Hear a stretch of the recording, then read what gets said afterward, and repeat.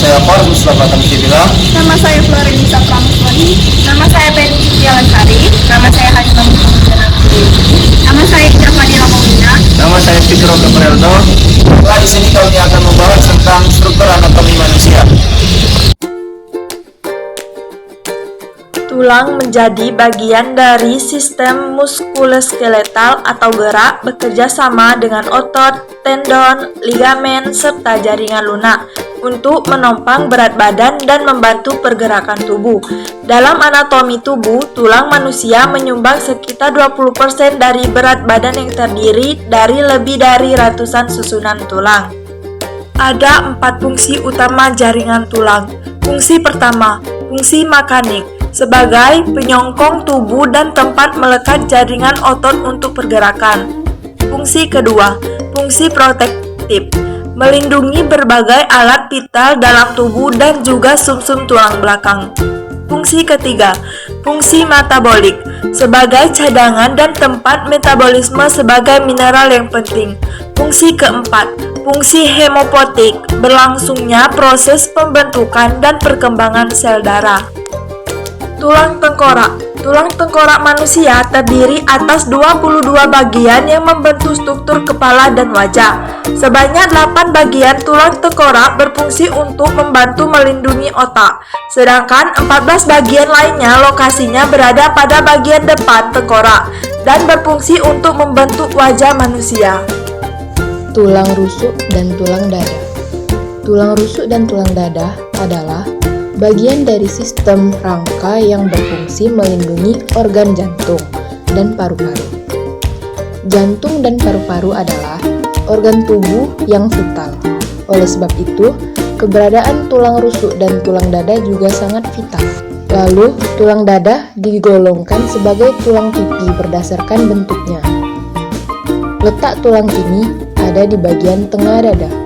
Tulang rusuk sendiri melekat pada tulang dada, pada sisi kanan dan juga sisi kiri. Kedua tulang ini bersama-sama melindungi organ penting tubuh dan juga pembuluh besar. Tulang belakang atau tulang vertebral column terdiri dari 26 ruas tulang. Jumlah dari tulang belakang adalah 24 tulang, sedangkan 2 tulang lain adalah sacrum dan tulang ekor. Dibagi lagi menjadi beberapa struktur tulang, yaitu vertebral cervix. Terdapat 7 tulang yang berada di kepala dan leher. Vertebral thorax. Terdapat 12 tulang di bagian punggung atas. Vertebral lumbalis. 5 tulang yang berada di punggung bawah. Sedangkan sacrum dan tulang ekor keduanya terdiri dari beberapa tulang, yaitu menyatu. Ini fungsi untuk membantu menopang tubuh saat duduk. Scapula. Scapula dalam kurung tulang belikat terdapat di bagian punggung sebelah luar atas yang mempunyai tulang iga 1-8 bentuknya hampir segitiga. Clavicula. Clavicula adalah tulang yang melengkung membentuk bagian interior dari gelang bahu untuk keperluan pemeriksaan di bagian atas batang dan 2 ujung. Humerus dalam kurung tulang pangkal lengan yang mempunyai tulang panjang seperti tongkat. Selanjutnya adalah ulna.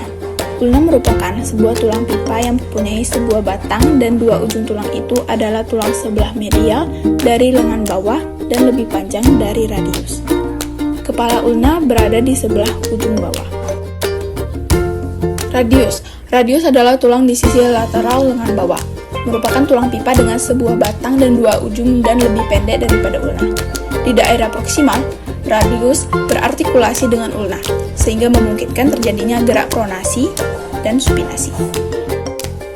Falang juga tulang panjang mempunyai batang dan 2 ujung. Batangnya mengecil di arah ujung distal. Terdapat 14 falang, 3 pada setiap jari dan 2 pada ibu jari sendi engsel. Selanjutnya yaitu ada pelvis. Pelvis terdiri atas sepasang tulang panggul atau hip bone yang merupakan tulang pipih. Masing-masing tulang pinggul terdiri atas 3 bagian utama, yaitu ilium, pubis, dan ischium. Ilium terletak di bagian superior dan membentuk artikulasi dengan vertebra sacrum. Ischium terletak di bagian inferior posterior, dan pubis terletak di bagian inferior anterior medial.